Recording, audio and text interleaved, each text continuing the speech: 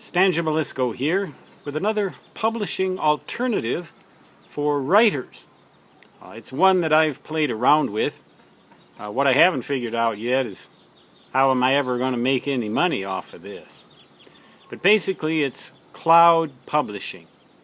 You publish your stuff on the internet in electronic form, usually as HTML files, in such a way that you can change or modify or update at will on the spot.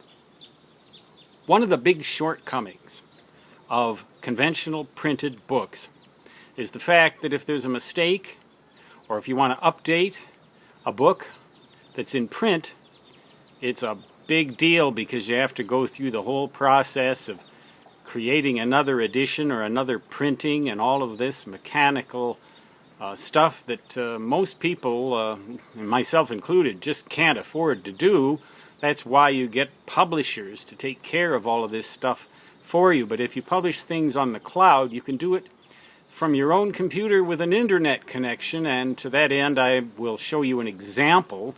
Go to my website, sciencewriter.net, and then type / and then type NCP, November Charlie Papa, which stands for Nerd Cave Proverbs.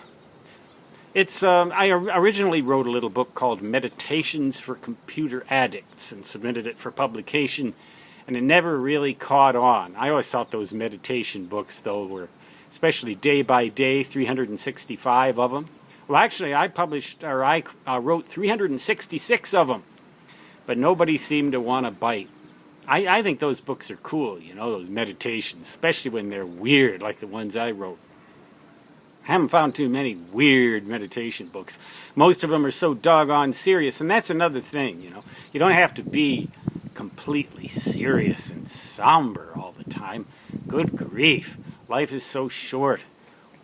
Laugh a little bit and try to make other people laugh too. If not with you, then at you. So what? As long as everybody's laughing, everybody's happy, right? So look at the Nerd Cave Proverbs. Online, I will provide a link to that in the description of this video. And then get the idea, suppose I want to change one of those proverbs, or I found a typo in one of them. I want to update them every year, you know, and then you can subscribe and pay me a fee to read this crap. Well, that's the way publishing works, isn't it? Writers try to make a living by providing something that other people want to read to them, to the extent that they're willing to pay to read it. But therein lies the shortcoming of the internet. Nobody wants to pay for internet content. I don't. You know, if you can get the same stuff for free, why should you pay for it, huh? So there's other ways. Advertisements, other things like that. I could put all sorts of cheesy ads in there, and then people could laugh while they're ordering their juicy hamburger steaks from Omaha, Nebraska, or something like that.